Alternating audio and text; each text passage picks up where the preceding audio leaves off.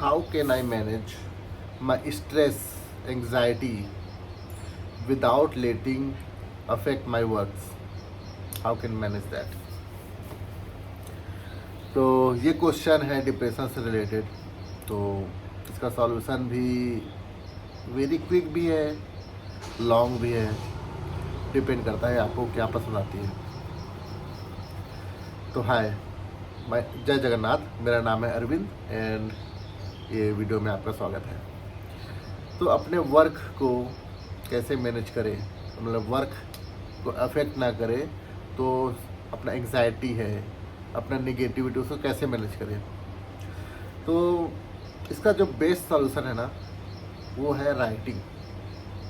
आप अपने प्रॉब्लम्स को लिख लो। ये जो एंग्जाइटी होती है ना, क्यों होती पता है? ये एंग्जाइटी होती है आपके फ्यूचर इवेंट को प्रेडिक्ट करने की वजह से। आपने कुछ काम किया है, वो नहीं हुआ है, आपको कुछ नहीं आता है, तो उसके बेस पे आप जो फ्यूचर प्रेडिक्ट कर रहे हो, उसका जो आउटकम आने वाला है, उससे आपको लगता है डर, उससे आती है एंग्जाइटी, उससे आती है नेगेटिविटी। अगर आपको पैसे की ज़रूरत है 1 लाख रुपए की और आप नहीं कमाते, आपको कुछ स्किल नहीं आती, तब ये सोचोगे कि आप कैसे पैसे कमाओगे, है ना? भीख मांगोगे, किसी का काम करोगे, मेहनत करोगे, कुछ नहीं आता, लोग काम देंगे कि नहीं, काम में चिल्लाएंगे, दे भी दिया तो ये जो अलग अलग सिनारियो है, अलग अलग आउटकम्स है, ये जब सोचते हो ना, और वो हर एक आउटकम जो है वो निगेटिव वे में होती है, तब आपको लगती है स्ट्रेस।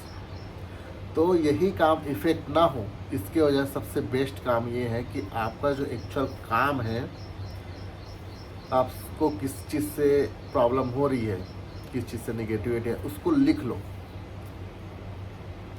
एक नया डायरी मस्त खरीदो, ब्रांड न्यू डायरी, उसमें सिर्फ अपने प्रॉब्लम्स को लिखो।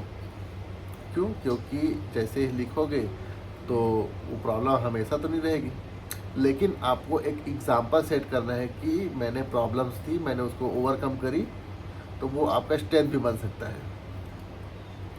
तो ब्रांड न्यू डायरी ले लिए, मस्त नया पेन लो, अच्छा, जिसमें आपको लिखने में अच्छा लगे, उसको लिखो। उसके बाद डायरी को बंद करो, लॉक करके रख दो, ठीक है?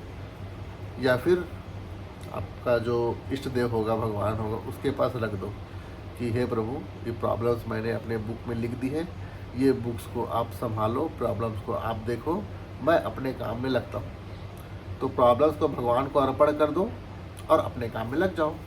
तो इससे क्या है, आपने सारे चीज़ भगवान को दे दिया, टेंशन वैसा भगवान को दे दिया। अब आपका काम है जॉब पे फोकस करना, आपका रिलेशनशिप में फोकस करना, आप टाइम दोगे अपने रिलेटिव्स को, है ना?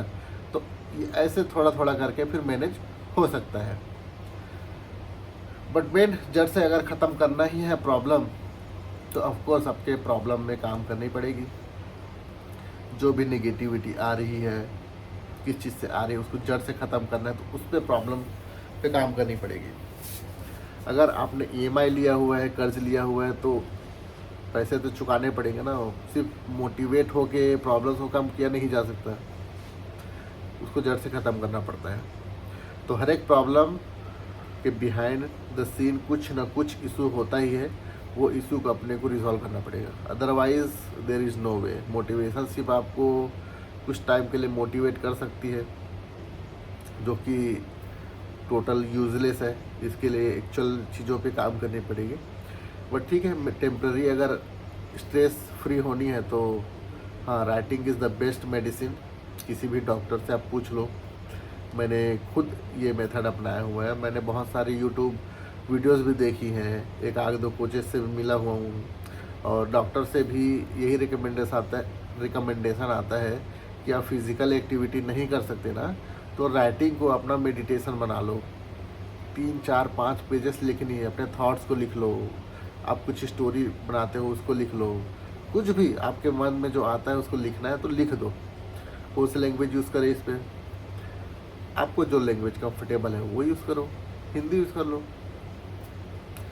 अगर इंग्लिश फॉन्ट आती है तो इंग्लिश फॉन्ट यूज़ कर लो, कोई रिस्ट्रिक्शन नहीं है। आप इंग्लिश, हिंदी जो भी करो, है ना।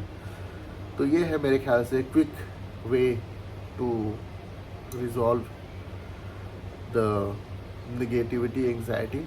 ठीक है, और बाकी तो भगवान भरोसे। ठीक है, मिलते हैं अगले वीडियो में। जय जगन्नाथ।